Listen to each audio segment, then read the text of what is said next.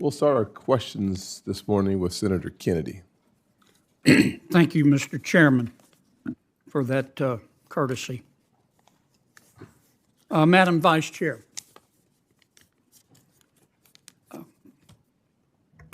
credit should be given when it is due. I remember well, 3 or 4 years ago,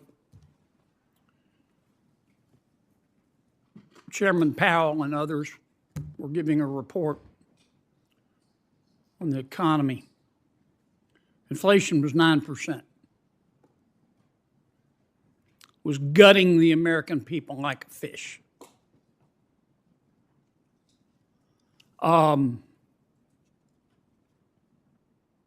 Stevie Wonder could have seen it coming. President Biden asked, and Congress consented, I didn't, that we start spending money like it had the value of Louisiana ditch water. Had President Biden, had we discovered life on Mars when President Biden was president, he would have sent it money, immediately. And I remember the Federal Reserve, represented by Chairman Powell, sitting here, and we're talking about what to do about it. And he explained his plans, and in so many words, I said, not going to work. I've read the white papers. You can get inflation down, but we're going to have to suffer unemployment of 7, 8, 9%. It didn't happen, did it? We had a soft landing. And the Federal Reserve was in part responsible, in the best sense of the word, for that. And we don't applaud that enough. And we can debate whether the chairman and the vice chairman and others should raise or lower interest rates, and what we should do about quantitative easing, and how many economists can dance on the head of the pin. But it's a fact. We had a soft landing. Thank God for it. Now, inflation is not down where we want, but 2.7% is a hell of a lot better than 9%, without having to suffer 7, 8, 9, 10% unemployment and the human misery that goes with it. So the Fed did something right. On the other hand,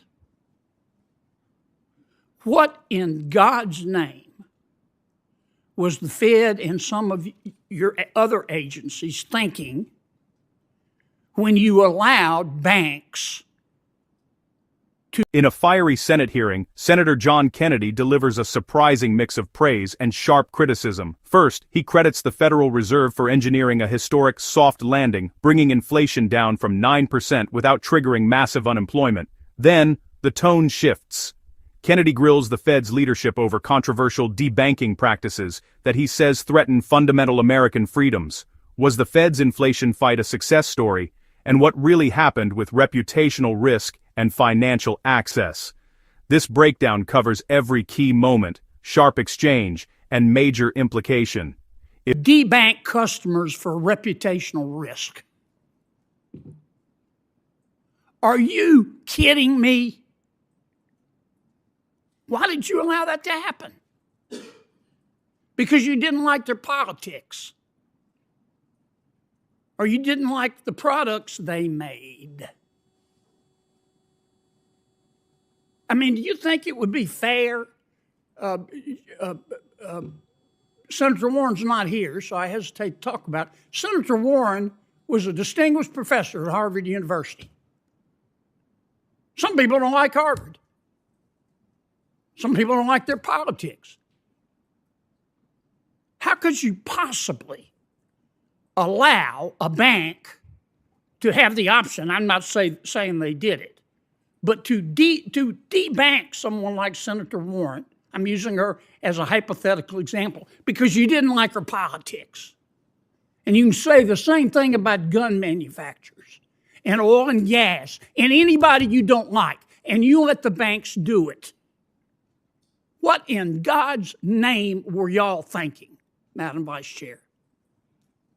Well, Senator, I appreciate your concerns, and I share them. I was not the vice chair at the time I know that. decisions were made. But your institution went along with it. The banks proposed it, and your institution sucked it up like a Hoover Deluxe.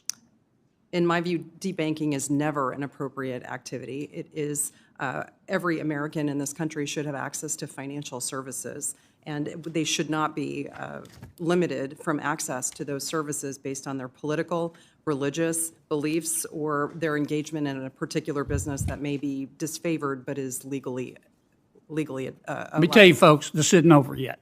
Thank you, Mr. Chair. If you enjoy this breakdown, please don't forget to like, comment, and subscribe for more political breakdown.